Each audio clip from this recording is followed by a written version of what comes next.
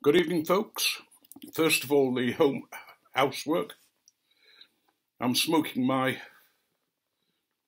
skull pipe, and in it I've got some Samuel Gowerth limited edition 2013, and it's the first smoke I've had of that. I won it at the Nottingham Pipe Show.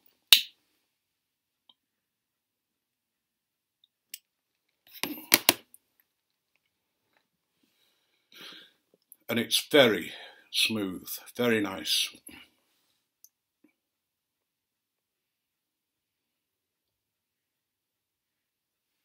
Although I seem to be having a little bit of trouble at the moment, so forgive me for that. I always do when I'm making a video.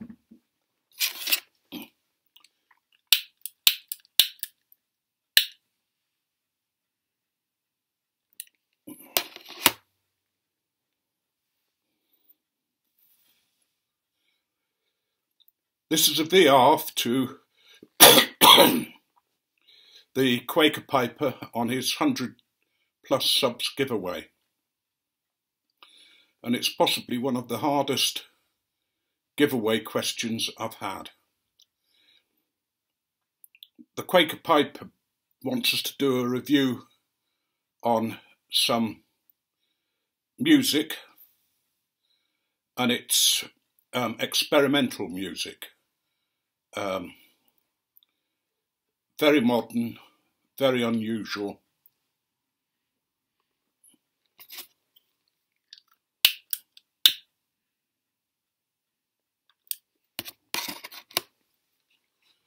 And at first I thought I haven't a hope of doing this.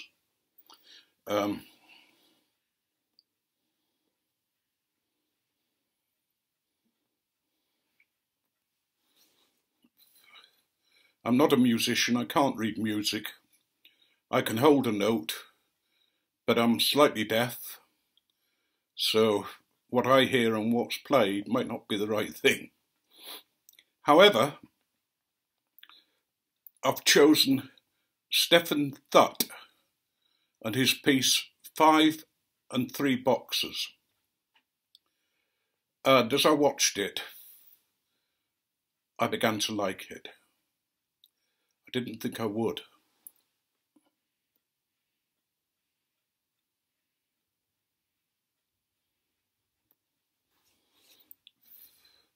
The 5 are Johnny Chang on viola, Irene Kirker, a soprano with a lovely voice, Anton Berger or Buger on flute, and Marcus Kaiser on cello, and Stephen Thutt on the boxes.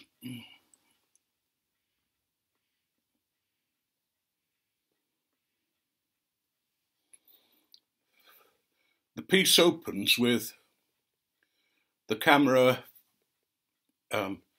revealing a white stage with the flautist on the right hand side as you look at it, then the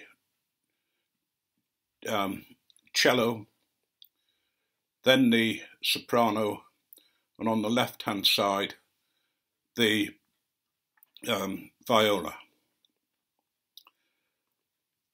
They start playing, I think it's the same note, but as I say, I might be mistaken, but they only do it one at a time with gaps in between.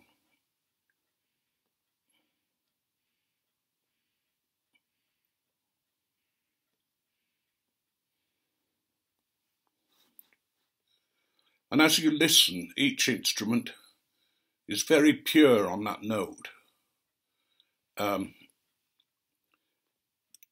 The soprano is a 4th instrument. She uses her voice to hold a particular note when it's time for her to do so. Very occasionally, 2 or more instruments join together. It's a remarkable effect because the stage, as I say, is pure white. There is something like a glass door or a glass screen, and occasionally you might see a figure walking behind that. I don't know whether that's part of the performance or not. But as the music's playing, about 10 minutes in, maybe less, the composer pushes a box on the stage. Now the box has a microphone on it, I think, and it might even have a speaker. So the sound you get from that, as the others are playing, is of the box moving on the stage. You also get quite a lot of background sound at times. I think that's because the microphones are picking up. And in front of the flautist there's two microphones, I think, or controllers, because he reaches across occasionally and presses the button on one or the other. As the individual notes are playing, the boxes move very slowly across the stage. The conductor taking short steps, the composer taking short steps, pushing the box, and he pushes it behind the players, almost to the other side of the stage, and leaves it, and walks out on that side of the stage.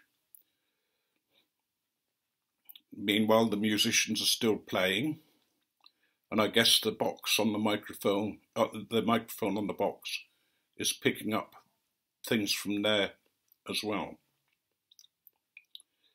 Individual notes of great purity, and gradually your mind begins to focus on the individual players as they play their note, or as they play them together.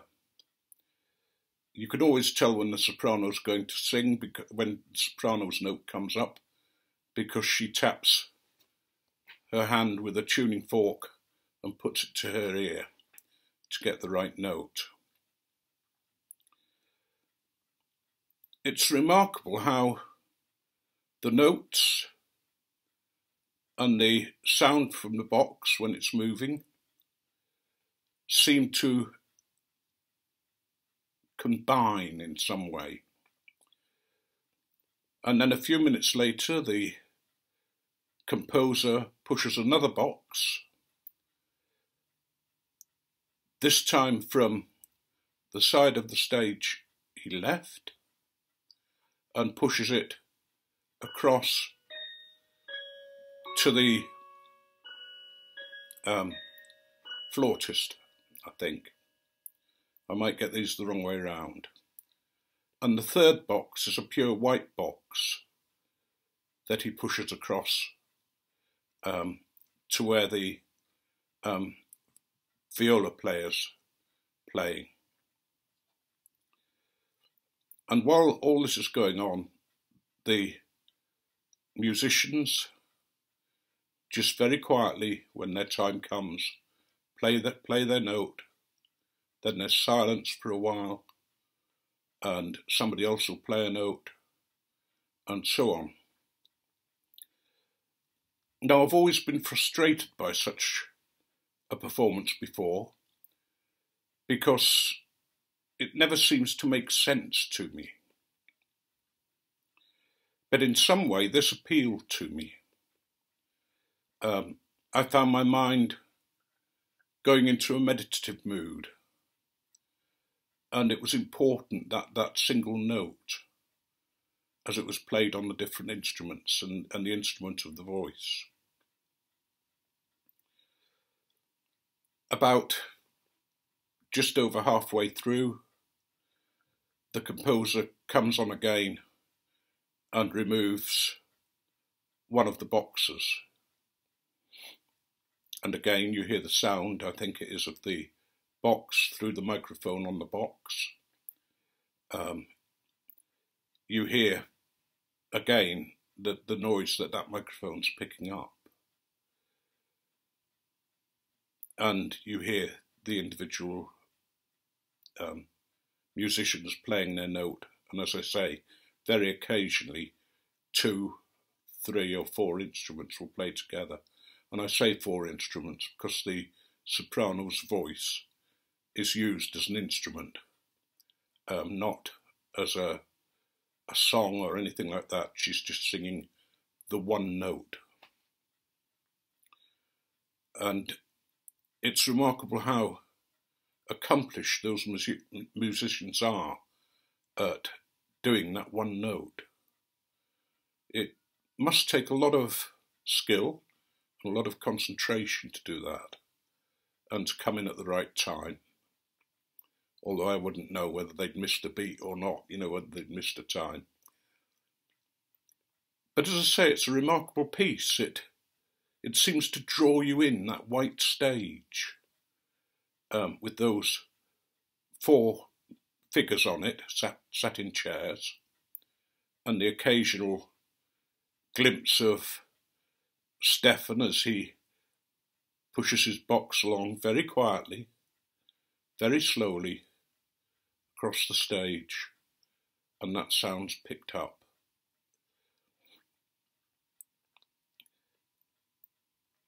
It goes on for, I think it's 28 minutes and 30 seconds, or something like that. Towards the end, what happens is that the musicians are faded out with a white sort of background, and then after a minute or so, the performance is over.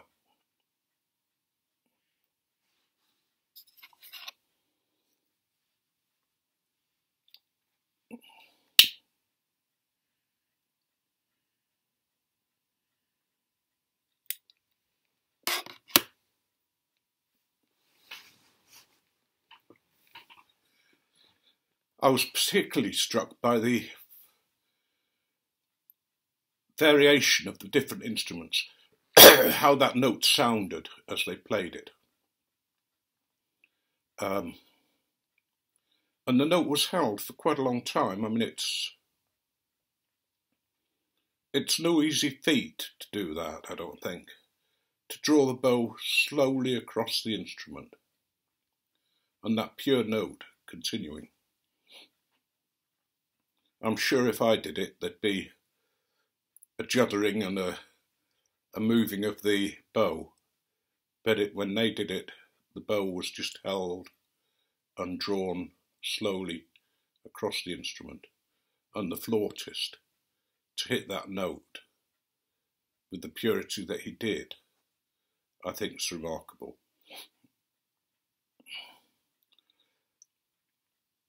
As I was listening to it, I found myself drawn ever deeper into that note, so that the note was sounding in my head. Now, as I say, I think it's the same note.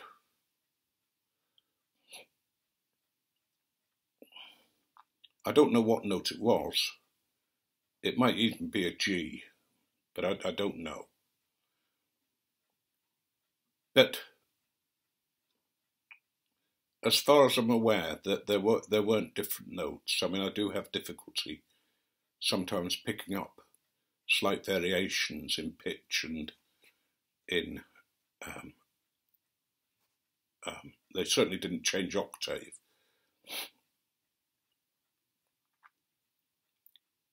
So in one way, I'm really pleased to the Quaker Piper for asking us to do it. Pleased because I surprised myself by liking it. I don't say I like all kinds of music like that, because I'm sure I don't. I tried to listen to the others and gave up. So thank you to the Quaker Piper. He's got a really, really good site. Talks about various things, not just music, although he's a very skilled musician, and is studying, one of his courses is music. but he's a pipe smoker, and he will sometimes talk about that, or talk about other things that appeal to him. He makes no secret of being a Quaker, and I think that's a good thing. It doesn't dominate his videos, but I can see a link between being a Quaker and the 5 and 3 boxers piece, because there were the long silences which take place so often in Quaker worship. If you get a chance, go and take a look at his site, and if you haven't already, give him a sub, because he deserves it. And I hope this is acceptable as a review.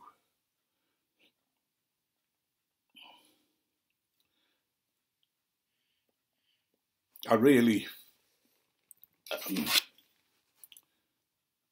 was surprised by my reaction to that piece.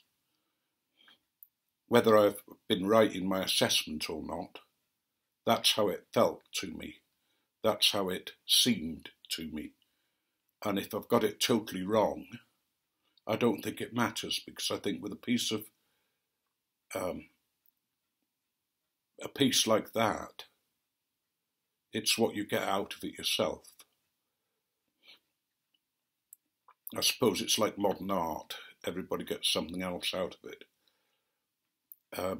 One of the things that I was thinking was of the first time I saw Death of a Salesman, the play where there are no set. They bring on a chair, and you know the individual things are brought on, and you imagine what's going on. And I felt a bit like that I was involved in the composition, and the musicians, whilst I was aware of them, were there to make the note. It was the note that was important. It was the note that brought pleasure, that brought a sense of oneness for me. Anyway, that's my review, and I ask you to go and give the Quaker Piper a look. He loads some very intelligent videos. You know, I know people call me the professor, but I'm not. I'm just somebody who can speak and drag things through my mind without thinking. Or, you know. I'm going to close with a joke, as usual. Now, this one's a bit naughty, and I don't think I've told it you before. But in Manchester, they have some trams that run on rails. They also run on the railway lines for part of the journey. But this man's walking through Manchester and he sees this terrible accident. This man's been dragged underneath the tram and has been killed. But as he's done so, his clothes have been ripped off. And the man can't help seeing the male member of the dead man. And he's never seen a penis that size. At least 18 inches, possibly more. And as he's walking past the accident, he doesn't stop because there are people looking after the man and he can't do anything. But there are a group of women round, crying and shouting out occasionally, "Oh God, Fred's dead. Oh dear, Fred's died." You know, and obviously know the man intimately. And he gets home and he's talking to his wife, and says, God, you'll never know what I saw in Manchester today. So this man was killed, and his penis was about 18 inches long, and his wife said, oh God, Fred's dead. Oh no, Fred's dead.